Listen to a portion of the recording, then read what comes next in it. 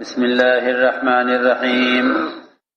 میرے دوستو، بزرگو، عزیزو، اللہ کو اچھا عمل پیش کرو، اس لیے کہ اللہ کو اچھا عمل چاہیے، زیادہ عمل نہیں۔ لوگ کثرت عمل کی وجہ سے عمل کو بگاڑتے ہیں، کثرت عمل کی وجہ سے کہ عمل زیادہ ہو، حالانکہ اللہ نے قرآن میں کہیں زیادہ عمل کے لیے نہیں فرمایا، بلکہ جہاں فرمایا اچھا عمل فرمایا۔ اچھا کھانے والے صحت مند رہتے ہیں، زیادہ کھانے والے بیمار ہوتے ہیں۔ جسم کی غذا کا اصول ہے یہ کہ تھوڑا کھاؤ اور اچھا کھاؤ تو کیا رہو گے؟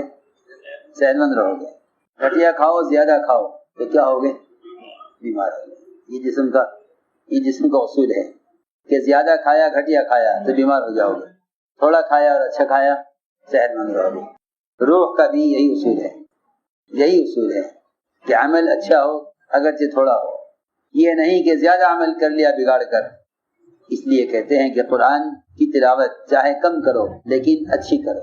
سورہ بقرہ پوری پڑھ لینے سے یا پورا قرآن پڑھ لینے سے، اگر کوئی شخص سورہ القاریہ بھی آہستہ آہستہ تدبر کے ساتھ ٹھہر ٹھہر کر تلفظ اور تدبر کے ساتھ اللہ سے ڈرتے ہوئے وعیدوں پر، امید کرتے ہوئے وعدوں پر اس طرح اگر پڑھے تو ایک چھوٹی سورت پورے قرآن کے پڑھ لینے سے بہتر ہے۔ کیونکہ لوگ سمجھتے ہیں کہ پورا قرآن تراویح میں سننا یہ ضروری ہے، حالانکہ یہ اتنا ضروری نہیں ہے جتنا ضروری صحیح پڑھنا ضروری ہے۔ صحیح پڑھنا ضروری ہے۔ تاجر ہے، تجارت کے لیے سفر کرنا ہے، اول تو رمضان دنیا کمانے کے لیے نہیں ہے، 11 مہینے کمایا ہے، کم سے کم رمضان کے مہینے میں تو اپنے آپ کو دعوت عبادت کے لیے فارغ کر لے۔ لیکن تاجر حضرات کو تجارت کے لیے سفر کرنا ہے، میرا قرآن ناقص رہ جائے گا، تو مجھے 3 دن میں، 4 دن میں، 6 دن میں قرآن پورا سنا دے تاکہ میرا قرآن ناقص نہ رہے، پھر میں تجارت سفر کر لوں، جہاں موقع ہوگا وہاں علم ترا کیف سے تراویح پڑھ لوں گا۔ قرآن تو یوں بھی ناقص ہو گیا، اس نے تیز جلدی قرآن پڑھ کر ختم کر دیا، قرآن تو اس کا ناقص ہو گیا۔ اگر ناقص قرآن کو پورا سن لیا تو بھی ناقص ہے، اور اگر تھوڑا سا قرآن سنا، کامل سنا تو وہ کامل ہے۔ عائشہ رضی اللہ فرماتی ہیں ایک رات میں جس نے پورا قرآن ختم کر ڈالا اس نے قرآن پڑھا ہی نہیں ہے، اور لوگ کمال سمجھتے ہیں۔ عائشہ رضی اللہ فرماتی ہیں اس طرح نہیں پڑھتے تھے قرآن حضور اکرم صلی اللہ علیہ وسلم جس طرح تم لوگ پڑھتے ہو، کہ ایسے پڑھتے چلے جاتے ہو جیسا کوئی پیاسا آدمی ایک سانس میں پورا گلاس پانی کا پی جاتا ہے۔ ایسے لوگوں کا قرآن ان کی ہستی سے تجاوز نہیں کرے گا، نہ دل کی طرف نہ عرش کی طرف، بلکہ قرآن تو جو ہے تدبر چاہتا ہے، غور کیا جائے، خوب ترجمے پر غور کیا جائے اللہ کیا فرما رہے ہیں۔ جس آیت کو پڑھو اس آیت کے مفہوم سے پڑھتے ہوئے دل متاثر ہو، یہ قرآن کی تلاوت کے ساتھ بذات یہ چیز مقصود ہے۔ یہ نہیں ہو تو ہو، نہ ہو تو نہ ہو، ایسا نہیں ہے، بلکہ قرآن نے جگہ جگہ تاکید کی ہے اس کی کہ قرآن کو سمجھ کر پڑھا جائے۔ ہدایت علی فرمایا کہ رضی اللہ تعالیٰ قرآن کو بغیر سمجھے پڑھنے میں کوئی خیر نہیں ہے۔ بے شک حروف کی ادائیگی کا، حروف سے پڑھنے کا، الفاظ کا اجر مل جائے گا، الف لام میم پر 30 نیکیاں مل جائیں گی، اسے انکار نہیں ہے۔ لیکن جو قرآن کا اصل موضوع ہے اور مقصد ہے کہ قرآن کے مضمون سے دل کا متاثر ہونا، وہ سمجھے بغیر نہیں ہوتا۔ اس لیے چاہیے کہ قرآن چاہے آدمی تھوڑا پڑھے مگر اور تھوڑا سنے، لیکن صحیح پڑھے صحیح سنے، صحیح پڑھے صحیح سنائے، ایک ایک آیت کو صحیح تلفظ کے ساتھ ادا کرنے کی کوشش کی جائے۔ یہ نہیں کہ جلدی پڑھو تاکہ زیادہ ہو جائے۔ اللہ نے فرمایا قرآن میں لِيَبْلُوَكُمْ أَيُّكُمْ أَحْسَنُ عَمَلًا، اکثر عملہ نہیں فرمایا، احسن عملہ۔ ایک آدمی کو میں نے دیکھا مطاف میں دوڑتے ہوئے، میں نے کہا بھائی سکون سے چلو، میں نے کہا نہیں میں 10 طواف کرنا چاہتا ہوں، کہ تیرے 10 طواف میں ایک بھی قبول نہیں ہونے، سکون سے وقار کے ساتھ تو ایک طواف کر لے، یہ تیرے دن بھر کے طواف سے زیادہ بہتر ہے۔ بہت عمل بگاڑتے ہیں زیادتی کے چکر میں، ایسے لوگ قرآن بگاڑتے ہیں زیادتی کے چکر میں کہ جلدی پڑھو تاکہ قرآن زیادہ ہو جائے۔ آدمی پورے رمضان میں ایک قرآن دیکھ کر اطمینان کے ساتھ پڑھے، تدبر کے ساتھ، 100 قرآن ختم کرنے سے افضل، 30 قرآن پورے کرنے سے افضل۔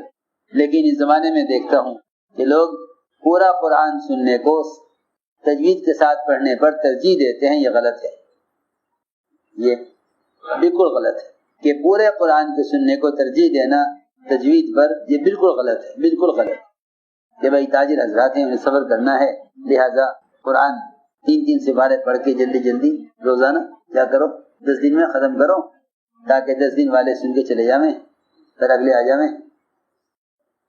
مد اور اخفاء، غنہ، یہ تو قرآن کا ظاہر ہے، ورنہ قرآن کے مضمون پر غور کیے بغیر پڑھنا، قرآن کے مضمون پر غور کیے بغیر پڑھنا نہ اپنے لیے ہدایت و ترقی ہوگی نہ سننے والوں کے لیے۔ اوہو، قرآن تو سب سے زیادہ مؤثر بیان ہے۔ بڑی لمبی لمبی لوگ تقریریں کرتے ہیں، قرآن سے زیادہ مؤثر کوئی بیان نہیں۔ سلمان فارسی رضی اللہ تعالیٰ عنہ 1000 آدمی بیٹھے تھے، قرآن پڑھنا شروع کیا تو لوگ اٹھ کر جانے لگے۔ فرمایا کہ تمہیں چکنی چپڑی باتوں کا شوق ہو گیا ہے۔ جب تقریر ہو رہی تھی سب بیٹھے تھے، قصے سن رہے تھے، جب قرآن پڑھنا شروع کیا تو کتنے آدمی اٹھ کے چلے گئے؟ 900 اٹھ کے چلے گئے، 100 آدمی رہ گئے روایت میں۔ اسے فرمایا کہ تمہارا مزاج اب قرآن سے بہرحال اثر لینے کا نہیں رہا۔ میں سوچتا ہوں، میں نے کبھی مجمع دیکھتا ہوگا، تراویح فلاں مسجد میں اتنی دیر میں ہو گئی، فلاں میں اتنی دیر میں ہو گئی، یہاں تراویح میں اتنی دیر ہو جاتی، کیونکہ جو عمل کے وقت گھڑی دیکھیں سمجھ لو ان کے دلوں میں احتساب نہیں ہے، دلوں میں احتساب نہیں ہے، وہ نہیں ڈرتا رہے گا ہائے اگر یہ قرآن کے سننے کا سلسلہ ختم ہو گیا تو کیا ہوگا، اور اگر قرآن کے پڑھنے کا سلسلہ ختم ہو گیا تو کیا ہوگا۔ عمر رضی اللہ تعالیٰ عنہ رات کو قرآن سننے بیٹھے، مساشری سے فجر کی اذان ہو گئی، ساری رات قرآن سنتے رہے، پتہ ہی نہیں چلا وقت کب گزر گیا۔ صحابہ کرام کے مواعظ اور نصیحتیں ہیں قرآن کے قرات پڑھنے والوں کے لیے۔ فرماتے ہیں کرانہ عدوی کہ عمر رضی اللہ تعالیٰ عنہ نے خط لکھا تمام لشکروں کے عمرا کو کہ مجھے نام لکھو ان لوگوں کے جنہوں نے قرآن حفظ کیا ہے، تاکہ میں ان کو عطایا میں ان کا درجہ اور اونچا کر دوں، اور پھر میں ان قرا کو بھیجوں ملکوں میں لوگوں کو قرآن سکھانے کے لیے۔ ابو سعید رضی اللہ تعالیٰ عنہ نے خط لکھا ہے عمر کو جواب میں کہ میرے پاس حفاظ قرآن کی تعداد 300 سے زیادہ ہو گئی ہے۔ عمر نے ان کو لکھا بسم اللہ الرحمن الرحیم، یہ خط اللہ کے بندے عمر کی طرف سے عبداللہ بن قیس اور جتنے ان کے ساتھ قرآن کے حفاظ ہیں ان کے لیے، سلام علیکم اما بعد۔ فرمایا عمر رضی اللہ عنہ نے لکھا خط میں کہ یہ قرآن یہ تمہارے لیے بڑے اجر کا اور تمہارے لیے بڑی عزتوں کا اور تمہارے لیے آخرت کے لیے بڑے ذخیرے کا سبب ہے۔ تم سب قرآن کے اتباع کرو، قرآن کو اپنے تابع ہرگز نہ کرنا، قرآن تمہارے تابع نہ ہو جاوے، قرآن ہرگز تمہارے تابع نہ ہو جاوے، بلکہ تم قرآن کے تابع رہنا، اس لیے کہ قرآن جس کے پیچھے لگ گیا، قرآن جس کے پیچھے لگ گیا، یہ قرآن اس کو گدی کے بل جہنم کی گہرائی میں لے جا کر ڈالے گا، اور جو شخص اپنے آپ کو قرآن کے تابع کرے گا یہ قرآن اس کو جنت الفردوس کے اعلیٰ مقامات پر لے جائے گا۔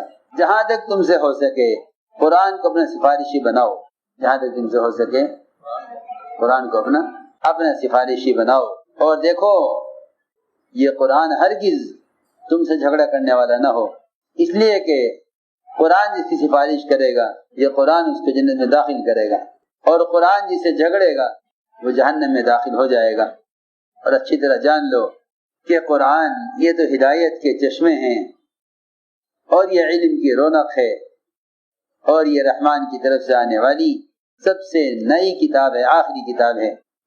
اللہ اس قرآن کے ذریعے اندھی آنکھوں کو کھولتے ہیں اور بہرے کانوں کو کھولتے ہیں، اور وہ دل جن پر غفلت کے غلاف چڑھے ہوئے ہیں ان غلافوں کو یہ ہٹاتے ہیں۔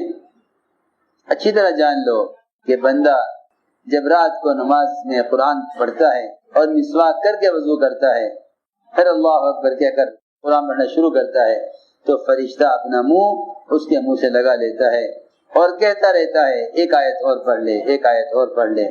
تیرا قرآن پڑھنا بہت اچھا ہے اور تو بہت اچھا ہے، اور اگر یہ وضو کرے مسواک نہ کرے تو بے شک اس کے عمل کو لکھتا ضرور ہے، لیکن اسے تلاوت کرنے کو نہیں کہتا۔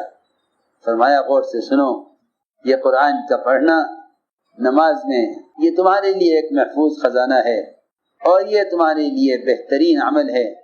تم قرآن جتنا ہو سکے زیادہ پڑھو، یہ کہ قرآن کا پڑھنا تمام اذکار سے افضل ہے، یہ اللہ کی ذات سے نکلا ہوا کلام ہے، اس لیے کہ نماز نور ہے اور زکوٰۃ یہ دلیل ہے، اور صبر تمہارے لیے روشنی ہے، اور روزہ یہ تمہارے لیے ڈھال ہے، اور قرآن یہ تمہارے لیے حجت ہے یا تمہارے خلاف حجت ہے۔ تم قرآن کا اکرام کرو، قرآن کی اہانت مت کرو۔ دیکھو موبائلوں کے اندر قرآن کا رکھنا یہ واقعی قرآن کی اہانت ہے، صاف عرض کرتا ہوں۔ اپنے دل سے فتویٰ لوگے تو صحیح جواب ملے گا، باہر کے فتویٰ لوگے تو کوئی حرج نہیں ہے۔ اس سے لوگے فتویٰ، اپنے دل سے فتویٰ لوگے تو دل انکار کرے گا کہ نہیں، قرآن کی توہین ہے یہ، قرآن کو موبائلوں کے اندر رکھنا یہ قرآن کی توہین ہے۔ اتنا گند اس میں بھرا ہوا ہے، اس میں قرآن کا رکھنا عقل بالکل اس کو گوارا نہیں کرتی۔ جس کے دل میں ذرا بھی تقویٰ ہوگا، ہے جس کے دماغ میں ذرا سی بھی عقل ہوگی، وہ اس کو برداشت نہیں کرے گا۔ لیکن سنتیں مغلوب ہو رہی ہیں، رواج غالب آ رہا ہے، اس لیے پرانوں کے طریقوں پر قرآن رکھنا، بلکہ اب نئے طریقوں پر موبائل رکھتے ہیں قرآن پڑھنے کے لیے، یہ روایتی طریقے انبیاء اور صحابہ کے طریقوں پر غالب آ رہے ہیں بڑی کثرت کے ساتھ، اور ہماری طبیعتوں میں تساہل ہے، کہتے ہیں اس میں کوئی حرج نہیں ہے۔